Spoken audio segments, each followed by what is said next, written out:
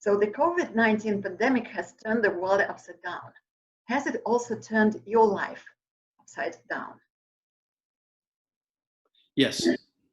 It's taken away a sense of freedom. Mm-hmm. So many of the things that I would have done earlier if I wanted to see somebody face to face, it would have been no question, call them on the phone, I'll be there at 10, wait for me. No such thing happens now. I haven't had a face-to-face business meeting in 3 months. I'm sure that some of the business discussions have suffered, hopefully not a lot, but I'm sure they have suffered because of the lack of the human touch. The other challenge that I feel is that even though I'm positive and optimistic that we'll get through this, I don't know how optimistic I dare be that we won't have a second wave. So how far ahead do I want to rush being bold and confident that I can continue to do or start to do what I used to do, only to expose myself to a much greater risk? So I find myself listening to doctors more than I would have 3 months ago. Mm-hmm. Yes, I can understand you, because actually I also have very similar worries, and one of them is just for example, I have passed through a fitness center and I haven't been through my fitness center since this outbreak, because I also know that like if I go together with a bunch of other people to the sauna, or for example if I do yoga together with some other people, with many people, and so on. So, and actually this is why I permanently ride my bike, so twice a week normally, or sometimes even 3 times a week, because this is what I can do for my health, and I do it alone. And yes, and what you talk about, for example, some of contacts face to face. Yes, I also miss this so much. Yesterday, I met 6 of my friends. In fact, we organized a kind of gathering together in a restaurant. So, and for almost 3 months, we met in Skype, or maybe with the help of Zoom, once every 2 weeks. And it was very different to see them now in reality. And it was just like, what, I can see you. I mean, I saw you, I mean, my friends last weekend on Sunday on a Zoom platform, but it was very different to see them in reality. William, another question is, this pandemic has shown that the way people on the globe have been living their lives is not sustainable for our planet any longer. So as they say that this pandemic will leave a lasting imprint on the world economy, and it will also teach us a number of lessons. What lessons has it taught you? The lessons that I've learned are that making a change is more important to do it short term than medium term or long term. But the big lesson for me is, are we as a population, as a world population, able to make that change? Mm-hmm. We killed our economy regardless of which country we're talking about. And we did wonders for our environment. The air improved everywhere where business shut down. And as we try to come back to not a sustainable, but some level of business where people can go back to their jobs, anything we do right now is not good for the economy. So we don't have those equations figured out. Oh, they may exist on paper, but if you need me to start delivering food to you, then 99% chance I'm delivering that in a car or a truck that uses fuel, fossil fuel, and not electricity. You'll say, well, you need to go out and buy an electric truck.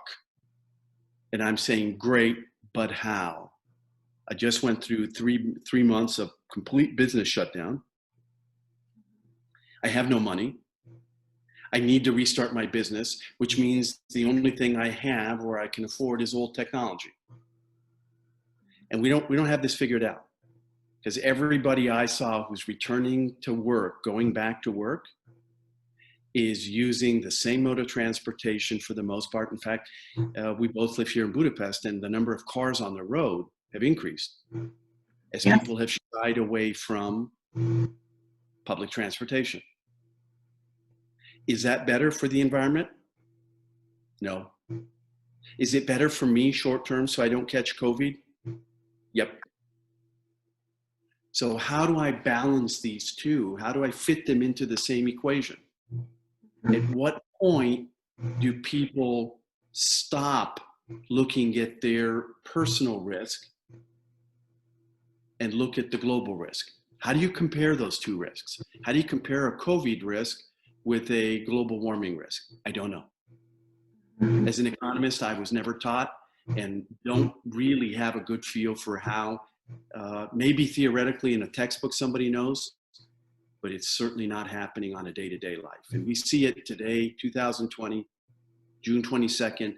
There are a lot of cars on the road polluting the air because they want to live. Yes, yes, and since maybe the beginning of March this year, I have been riding a bike twice or three times a week, and I remember now what it was like in March and April and even in May, and I see what it looks like now. And what I see, what is happening nowadays is that many people, people are divided into two groups, at least. Maybe we can talk even about more groups. So there are some people who think that they can return to the same style of life. They can do absolutely the same. So they behave as if nothing had happened. And for example, last week I was somewhere in the center of Budapest. It was on Saturday night. And I saw so many people there. It was really frightening for me. Some people were wearing masks, but otherwise, so I just thought that, okay, so they treat the situation that now they can get together. And there are some people who are afraid of doing anything. They're afraid of going anywhere, so they just stay at home. So, and sometimes I ask myself, just if I don't watch any TV news, if I don't listen, if I don't watch anything about the amount of people who die or who suffer from this, to which group do I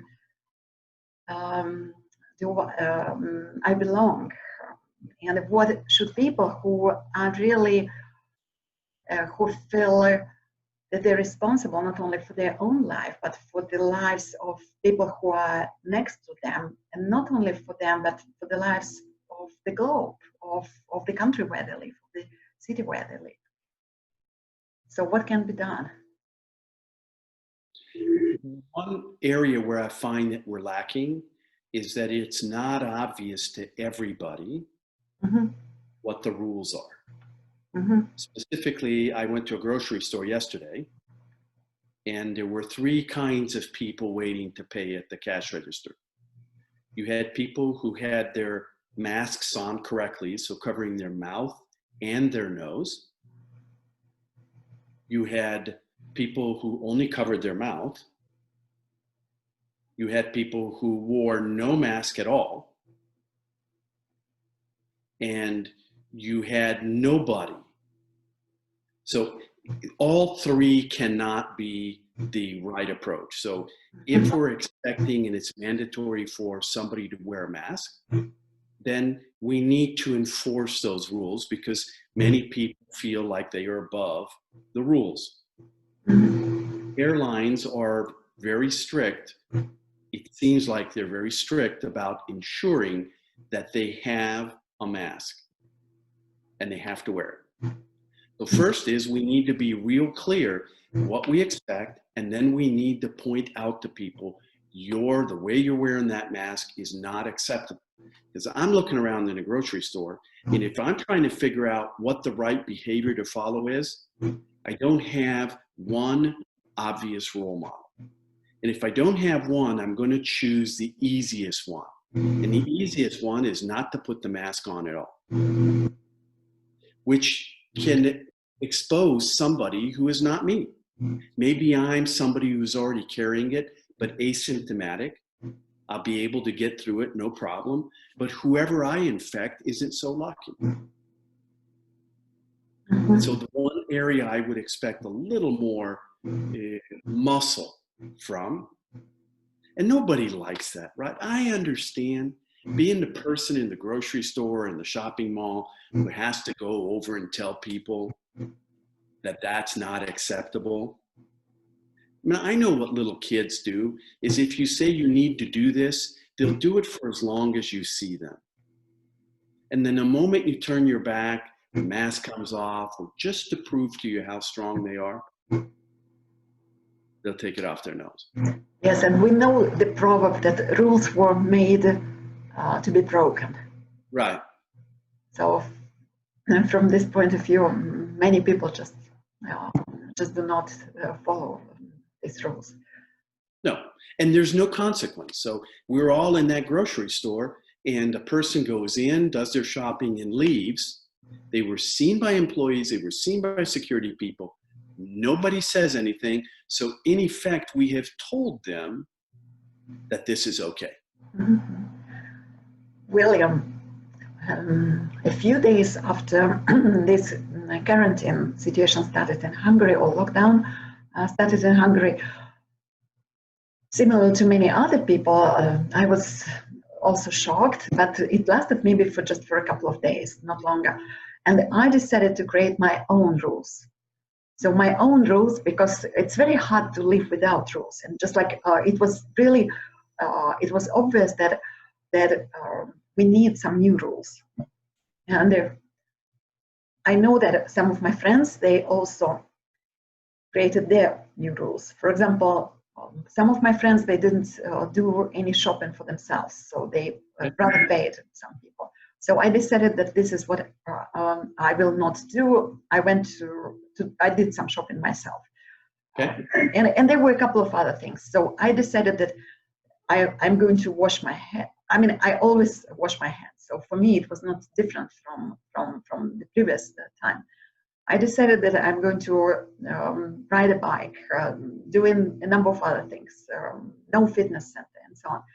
And as soon as I established this set of rules for myself, it became very easy for me. My question is, what about your rules? So what rules have you created for yourself? Or, I mean, what rules did you create for yourself at the beginning, and how frequently do you reconsider them? Because when the situation changes, we reconsider them. So much like you, I set my rules up to stop going to the store, arrange for the food to be brought to the house, didn't go to church, for example. Still don't go to church, even though they've tried to restart the in-person services. And my rules have to be for me. So I'm still very peculiar about meeting people. I'm okay with people in the family, but I don't meet people who are outside the family. If I am invited somewhere, I'll only go somewhere. If somebody invited me for coffee, I'd only do it outside. And these are my rules. So if somebody wants to meet with me right now, then I'll follow their rules or my rules, whichever is more strict from my own health standpoint. So if their rule was mask but only inside, and mine was mask and outside, I'd follow my rule because mine is more strict and ultimately safer, if I can say that. I have caught myself shaking hands a couple of times. Me too, yes. 3 months was not enough to break me of that habit. But I only shook hands with somebody who I really knew before the pandemic. So somebody, if I ran into you, I would not extend my hand out to shake hands with a total stranger. And I'm comfortable going forward doing that. If we think through how clean people are, how clean their hands are, how clean the handles are on the metro or on the tram, I mean, who knows? It's probably better we don't know how dirty they really are. And it's time that we got a little more serious about it. And I'm okay with that. And those are my rules. Nobody has to agree with them.